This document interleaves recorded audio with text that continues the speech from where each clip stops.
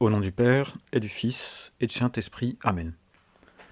Mon Seigneur et mon Dieu, je crois fermement que tu es ici avec moi, que tu me vois et que tu m'entends. Je t'adore. Je te demande le pardon de mes péchés et ta grâce pour faire avec profit ces 10 minutes de prière. Marie, ma mère immaculée, Saint Joseph et mon ange gardien, intercédez pour moi. Jésus, agrandis mon cœur. Lorsque nous ouvrons la Bible, nous trouvons l'histoire de Dieu et de son peuple, de Dieu et de ses enfants. Nous trouvons une foule de personnages, petits et grands, bons et parfois mauvais, une foule de récits, d'événements petits et grands, beaucoup d'enseignements, beaucoup de sagesse, pas mal de comparaisons qui nous aident à comprendre. Jésus, par exemple, compare le royaume des cieux à un trésor caché dans un champ. Quand on le découvre, on est prêt à tout vendre pour acheter ce champ et avoir le trésor. Jésus nous compare, dans une autre occasion, à un serviteur à qui le maître a confié des talents, une somme d'argent pour qu'il la fasse fructifier. Dans la Bible, il est plus rare que nous soyons comparés à une chose, une plante ou un animal. Et c'est pourtant le cas dans la première lecture d'aujourd'hui. Si nous allons à la messe aujourd'hui, nous entendrons le prophète Jérémie qui écrit ainsi « Béni soit l'homme qui met sa foi dans le Seigneur, dont le Seigneur est la confiance. Il sera comme un arbre planté près des eaux, qui pousse vers le courant ses racines. Il ne craint pas quand vient la chaleur. Son feuillage reste vert. L'année de la sécheresse, il est sans inquiétude. Il ne manque pas de porter du fruit. » Imaginons la sécheresse. On imagine une journée torride où toute la végétation est comme brûlée. Il y a en ce moment même une sécheresse d'hiver en Europe.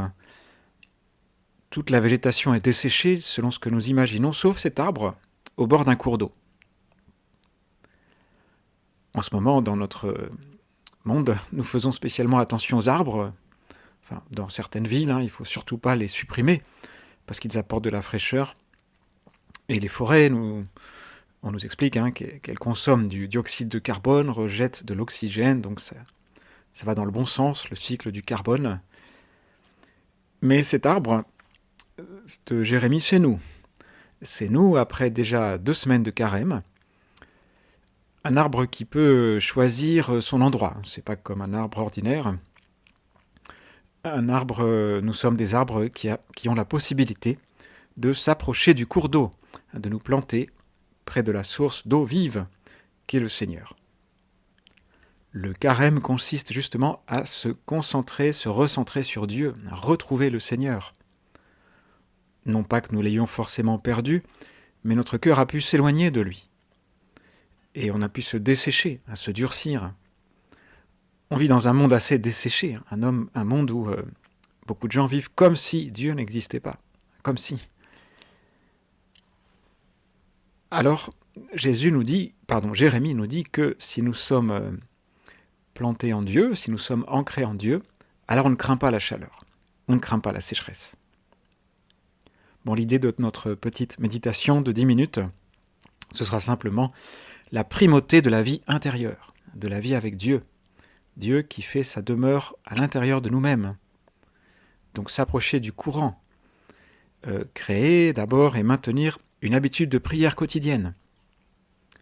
Peut-être es-tu fidèle à ces 10 minutes, qu'il est bon d'entendre, mais je t'encourage à ne pas te satisfaire d'une simple écoute. Prier, c'est parler avec Dieu, écrit Saint José Maria.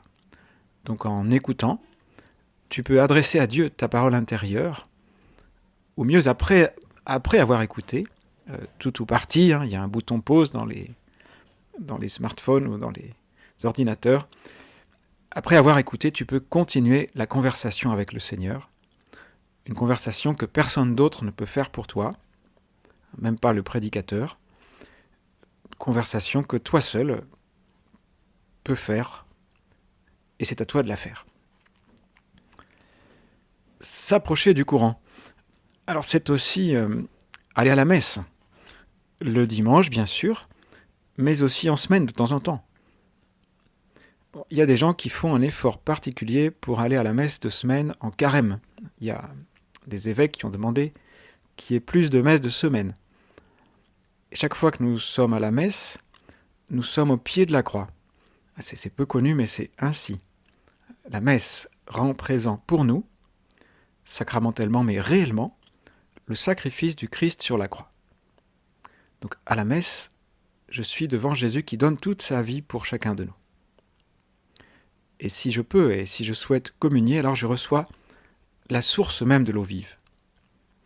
Jésus le dit, un jour, dans le temple, il dit « Si quelqu'un a soif, qu'il vienne à moi et qu'il boive, celui qui croit en moi. » Comme dit l'Écriture, « De son cœur couleront des fleuves d'eau vive. » Jésus dit qu'il est la source de la vie, qu'on peut boire en s'adressant à lui, et que on devient soi-même une source d'eau vive pour les autres.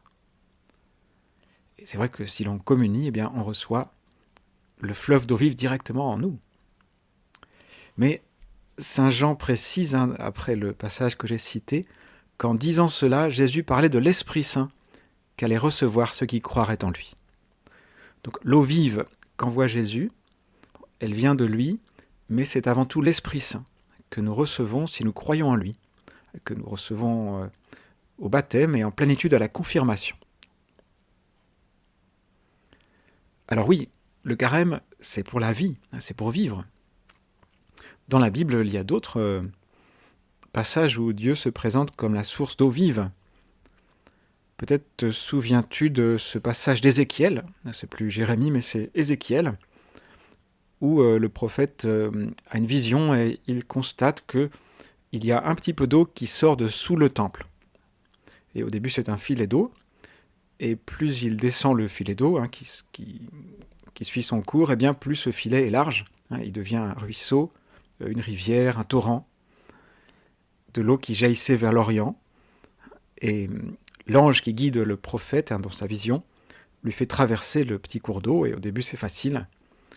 Et plus il descend le courant, et bien plus c'est impétueux, jusqu'à être un torrent qu'on ne peut pas traverser. Et l'ange explique, cette eau coule vers la région de l'Orient, elle descend dans la vallée du Jourdain, et se déverse dans la mer morte dont elle assainit les eaux.